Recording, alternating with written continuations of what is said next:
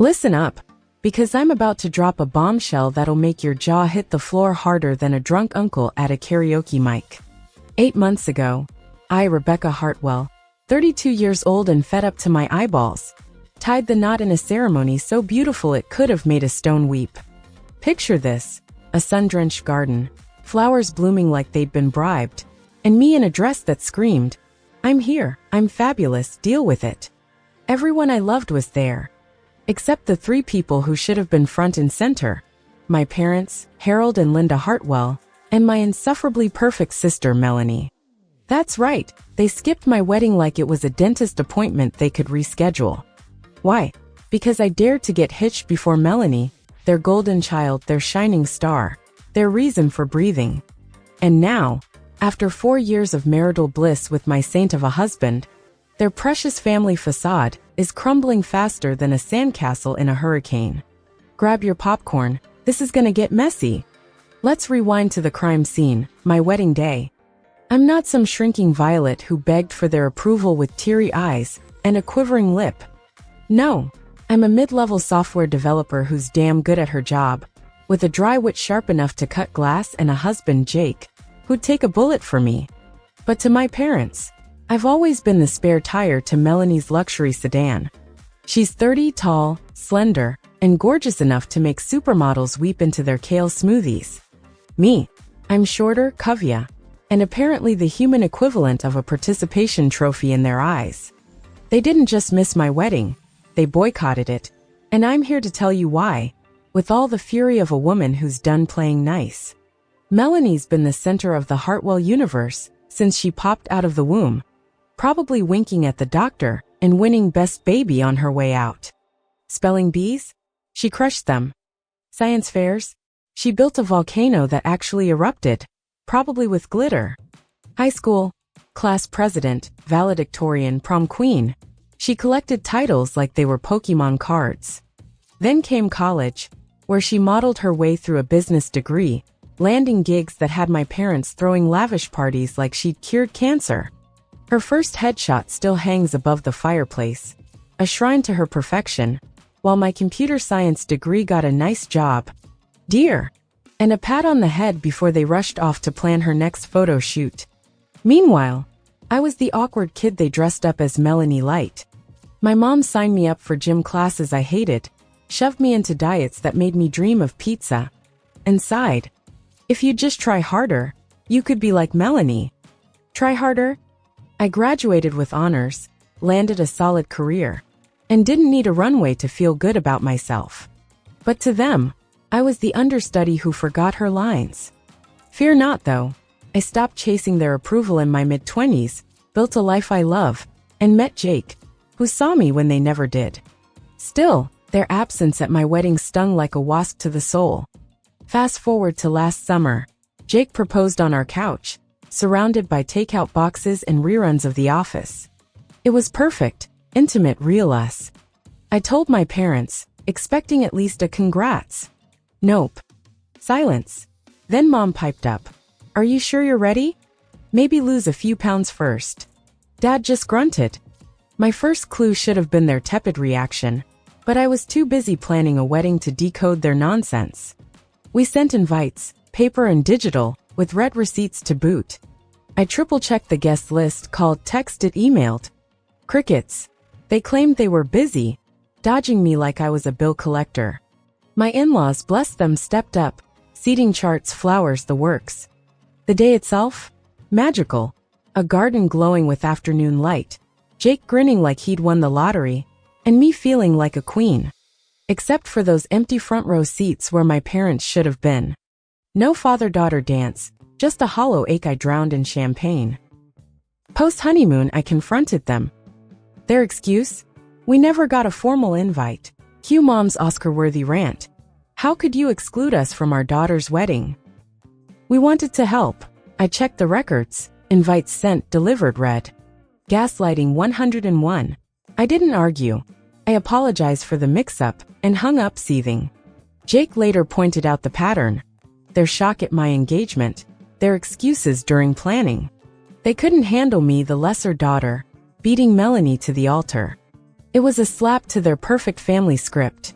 Here's where the plot twists like a pretzel on a roller coaster. Melanie got engaged 6 months ago to some guy she's dated for a year. A slick corporate type who probably owns a yacht. My parents lost their minds with glee, booking upscale venues, bragging about designer gowns, and turning her wedding into the event of the century. Mom's taking her to private fittings, living the mother-daughter dream they never offered me. But here's the kicker. Family members are bailing on Melanie's big day. Why? Because my parents' wedding snub became the talk of the clan. I didn't spread rumors, I told the truth when asked. They couldn't handle me marrying first. No tears, no drama, just facts. Suddenly, cousins, aunts, and uncles started RSVPing no to Melanie's engagement party. My parents freaked, calling me days later, accusing me of sabotaging her wedding out of jealousy. "You're spreading lies," they shrieked. Lies. I laughed. Maybe look in the mirror instead of blaming me for your mess. The truth was doing its work, and I wasn't lifting a finger. 2 weeks ago, I'd had enough of their texts about ruining their legacy. I marched to their house, ready to unload 32 years of pent-up rage. They started with the usual, "You're jealous of Melanie." I smirked, leaned in, and dropped a truth bomb. "You're right. I'm jealous, not of her job, her looks, her life. I'm jealous of the love you showered on her while I got scraps." Silence. Mom sputtered. "We treated you equally." "Oh honey, no." I unleashed the receipts. My canceled graduation dinner for Melanie's modeling gig. The prom dress that cost more than my textbooks. The years they planned her fantasy wedding while ignoring mine. Dad tried to interrupt, but I roared on. "You left my wedding seats empty because I dared to be happy first." Mom's comeback. "We never thought you'd stoop to ruining Melanie's day out of spite." Spite. I laughed, a furious guttural cackle. "You taught me I'd never measure up, but you also taught me I deserve better. Joke's on you, I'm done." Dad's cold reply. "If you think we're such awful parents, stop pretending we're family." Mom's parting shot. "We tried to treat you fairly, but you chose victimhood." I hung up, tears streaming, but not from sadness, relief. Jake found me on the porch later, watching the sunset. "They'll never change, will they?" I whispered. He squeezed my hand. "No, but you have. That's what matters." He was right. I'd shed the girl who begged for their love like a dog at the table. Enter Melanie, stage left, with a twist so absurd it's almost comedic. 3 days later, she texted me a sanctimonious novel. "What you said to Mom and Dad was disgraceful. They gave us everything, and you're tearing us apart because you're insecure." She droned on. "I get your wedding wasn't perfect, but don't ruin mine. Not everything's a competition, Rebecca." I blocked her without a word. Why feed the beast? She didn't stop. She tracked down Jake's number, probably through some mutual sucker, and bombarded him with messages. "As Rebecca's sister, I'm concerned," she began before pivoting to, "You need to control her. She's too sensitive to see the big picture." Then the gem.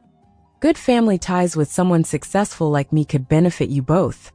She's hurting your future." Jake howled with laughter, showing me the texts. "She thinks I'm a social climber? She doesn't know me at all." He replied with icy perfection. "Thanks for your concern. I'm focused on Rebecca's happiness, not her behavior. Talk to her directly. Have a nice day." Melanie's final jab? "She's turned you against us too.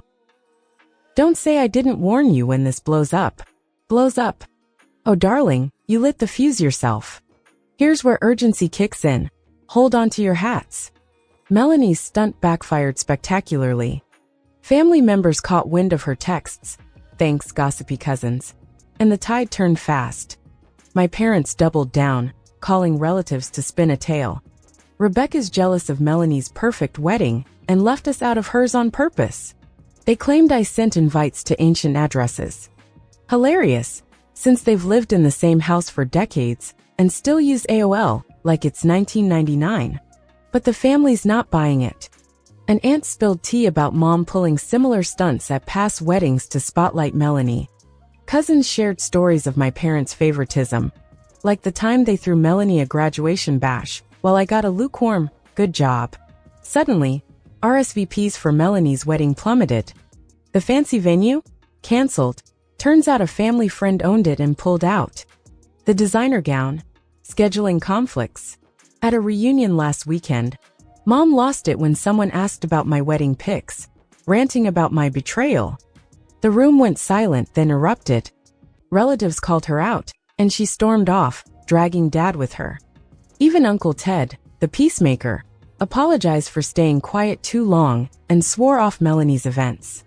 The facade my parents built, decades of Melanie worship and emotional blackmail, was collapsing, and they were the architects of its demise. Just when I thought I'd seen it all, a bombshell dropped yesterday. My cousin Lisa called, voice trembling with excitement and fear. "Rebecca, you won't believe this. Melanie's fiancé dumped her." "Yep," Mr. Yacht called off the engagement. Why? He'd overheard Melanie bragging to a friend about fixing me via Jake, saying, "Once I control her, my wedding's back on track." He saw her for the manipulator she is and bolted. Melanie's spiraling, crying to Mom and Dad, who are now blaming me for ruining her life. I didn't orchestrate this, karma did. Melanie's wedding? Dead. My parents' reputation? Toast. Family members are rallying around me, not them. And I'm not even trying. Jake summed it up. They built a house of cards on lies and favoritism. It was always gonna fall. But wait, there's more. 2 days ago, Melanie showed up at my doorstep unannounced, mascara streaked and wild-eyed, like a villain in a soap opera. "You happy now?" she screamed, shoving past me into my living room. "You've ruined everything. My wedding, my life, our family." I stood there, arms crossed, as she ranted about how I'd poison everyone against her. Jake hovered nearby, ready to toss her out, but I waved him off. This was my circus, my monkeys. She threw a curveball. "I found your old diary from high school in Mom's attic last week. You wrote about hating me. Proof you've always been jealous." I snorted. "Yeah, I was 16, and you stole my best friend to be your prom date. Congrats, Sherlock, you cracked the case." Her face twisted. "I'm telling everyone you planned this from the start." "Planned what?" I laughed so hard I nearly choked. "You think I masterminded your fiancé dumping you?" "Sweetie, I don't have that kind of time." Then she dropped the real bomb.